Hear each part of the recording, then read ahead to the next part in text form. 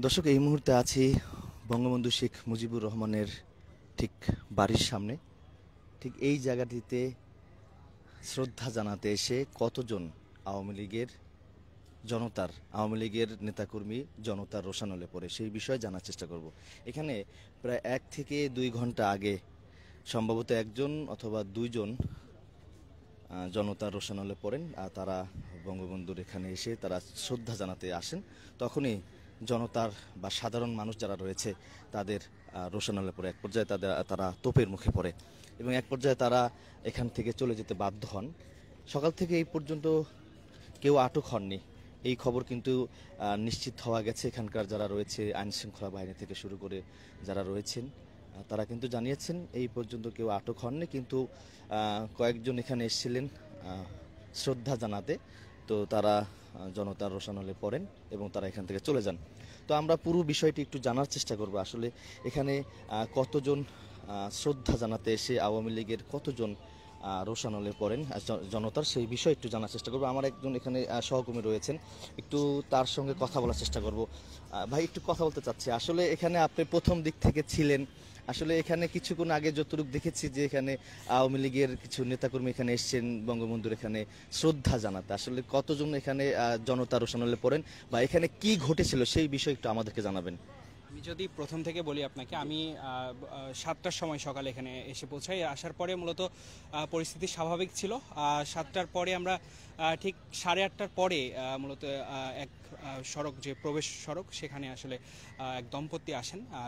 তিনি আসলে এক মাদ্রাসার শিক্ষক যেমনটি বলছিলেন এবং বাড়ি সম্ভবত পটুয়াখালী বলছিলেন, এবং তিনি তার পরিবার এবং 2 সন্তান সহ আসলে এখানে আসেন এবং তিনি বারবার বলছিলেন আমি বঙ্গবন্ধুকে ভালোবাসি এবং শ্রদ্ধা জানাতে আসেন, এমনটি আসলে তিনি বলছিলেন, আমরা শুনেছি। তারপর আসলে স্থানীয় বা সাধারণ জনতা যারা ছিলেন তারা কিন্তু আসলে তাদের রোষানলে পড়ে এক পর্যায়ে এবং তাকে বের করে দেওয়ার চেষ্টা করা হয় এবং ঠিক তার সেখানে ওয়াইফ ছিল, তিনি আসলে বলছিলেন তার মাথার সমস্যা, এমন কথা আসলে তার ওয়াইফ বারবার বলছিলেন, এমনটিও আমরা শুনেছি।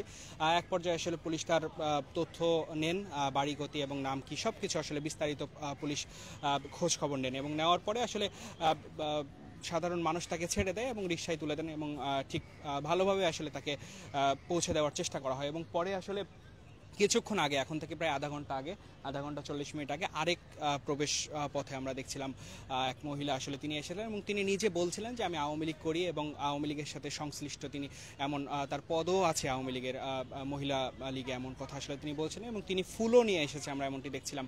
তিনি বলছিলেন শ্রদ্ধা জানাতে এসেছি, এমন কথা আসলে বলছিলেন এবং এক পর্যায়ে তাকে ঘিরে আসলে সাধারণ মানুষের যে রোষানল সেটি আসলে আমরা দেখছিলাম। পুলিশ পরিস্থিতি নিয়ন্ত্রণের যে চেষ্টা সেটি আসলে বারবার করছিলেন, কিন্তু তার যেমন কথা তিনি শ্রদ্ধা জানিয়ে এখান থেকে যাবেন এমন কথা বলছিলেন। এক পর্যায়ে যখন অনেক মানুষ জড়ো হয় এবং সবাই মিলে তাকে একটি রিকশায় তুলে দেন, তিনি আসলে চলে যান, এমনটি দেখি। এবং আমরা যতটুকু বাইরে থেকে শুনছিলাম তার সাথে আরও কয়েকজন ছিল, কিন্তু তারা আসলে ভেতরে প্রবেশের সাহস করেননি বা আসার সাহস করেননি, কিন্তু সেই মহিলা আসলে ভেতরের দিকে আসার চেষ্টা করে, কিন্তু তিনিও আসলে ভেতরে আসতে পারেননি। এই আসলে সকাল থেকে এখন পর্যন্ত 2-3 জন আমরা দেখছিলাম যে এভাবেই, মানে 2 জনই এসেছে কিন্তু তাদের সাথে আরও 2-1 জন করে ছিল, এমন পরিস্থিতি আসলে সকাল থেকে। ধন্যবাদ। দর্শক, শুনছিলেন সকাল থেকে এই পর্যন্ত আসলে কতজন জনতার রোষানলে পড়েন সেই বিষয়ে আমার সহকর্মী তিনি আমাদেরকে জানিয়েছেন এবং এখানে আরেকজন আমার সহকর্মী রয়েছেন ফেস দ্য পিপলে, তিনি কর্মরত আছেন, তার সাথে একটু জানার চেষ্টা করবো গতকাল থেকে এই পর্যন্ত আসলে কতজন আওয়ামী লীগের নেতাকর্মী জনতার রোষানলে পড়ে সেই বিষয়ে একটু আমাদেরকে জানাবেন। আচ্ছা, ধন্যবাদ আপনাকে। আমার সহকর্মী যেটা বলছিল তার অভিজ্ঞতা আমার অভিজ্ঞতা প্রায় কাছাকাছি, কারণ আমিও সকাল 7টায় এসেছি এখানে।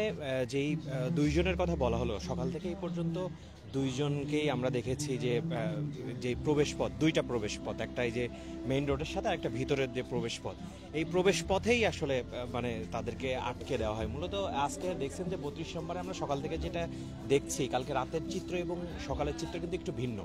মানে রাতে অনেক বিএনপি নেতাকর্মীরা ছিল, কিন্তু সকালে তারা নাই। সকালে শুধুমাত্র আইন শৃঙ্খলা রক্ষাকারী বাহিনী এবং আইন শৃঙ্খলা রক্ষাকারী বাহিনীর পরিমাণ বাড়ানো হয়েছে। সকালে এসে আমরা যেটা দেখছি, প্রচুর আইন শৃঙ্খলা রক্ষাকারী বাহিনী আছে, যারা যে প্রবেশ পথ, এই 2 প্রবেশ পথে তারা কঠোর প্রহরাই রয়েছে এবং আসলে গণমাধ্যম কর্মী ছাড়া আসলে কাউকে এখানে ঢুকতে দিচ্ছে না। ওই গেটেই সেজন্য ভিতরে সেরকম কোনো বিশৃঙ্খলা হওয়ার সুযোগ নেই। প্রবেশ পথেই যারা আসছে তাদেরকে আটকে দিয়েছে। এই পর্যন্ত আমরা যে দুইজনের কথা, যে আমার সহকর্মী যে দুইজনের কথা বললো, এই দুইজন আসলে আমরা মানে সে তো বলেছে, আমি আরেকটু যেটা যোগ করতে চাই সেটা হচ্ছে এই দুইজনই হচ্ছে একটু মানসিক ভারসাম্য মানে ব্যালেন্সড আমার মনে হয়েছে। হ্যাঁ, মানে যেমন একজন এই যে এই পাশে যে একটা হুজুর একজন আসছিল, সে বলছে আমি কোরআন খতম করেছি, এখানে কবর জিয়ারত করতে এসেছি। আমরা বলেছি এখানে তো কবর না, হ্যাঁ এখানে কি কবর নাকি? তো তখন বলছে না আমি শ্রদ্ধা জানাতে এসেছি। তখন ওনার পাশে থেকে ওনার ওয়াইফ বলছে আসলে ওনার মানসিক ভারসাম্যহীন আর কি, সেরকম মানে তার মাথায় সমস্যা, এরকমটার ওয়াইফ বলছে।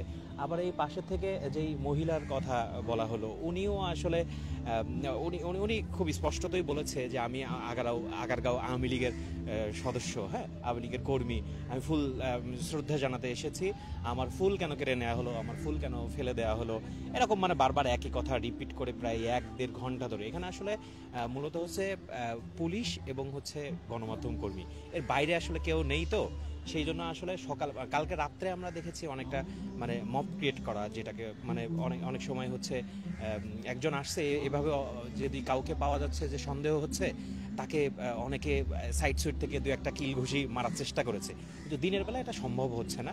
এটা হচ্ছে যারা যেই আসতেছে তাদেরকে, বিশেষ করে গণমাধ্যম কর্মী এবং হচ্ছে প্রশাসনের পক্ষ থেকে প্রথমে বাধা দেওয়া হচ্ছে। তারপরে যেহেতু এখানে প্রচুর পরিমাণ গণমাধ্যম কর্মী আছে, সেই জন্য আসলে সেরকম কোনো খারাপ ব্যবহার তাদের সাথে করা সম্ভব না। যতদূর সম্ভব তাদেরকে বোঝানোর চেষ্টা করা হচ্ছে এবং অনেক ছাত্রদল বা বিএনপি নেতাকর্মীরাও আছে, তারাও এখন আসলে বোঝানোর চেষ্টা করা হচ্ছে যে একজন নিষিদ্ধ ঘোষিত একজন আওয়ামী লীগ তো এখন নিষিদ্ধ, আপনি একটা নিষিদ্ধ সংগঠনের একটা হচ্ছে কর্মসূচি আপনি এখানে পালন করতে আসবেন, এটা তো আপনার ঠিক করতেছেন না। এভাবে বোঝানো হচ্ছে, বোঝায় তাদেরকে আর কি সরানো হয়েছে। জি ধন্যবাদ।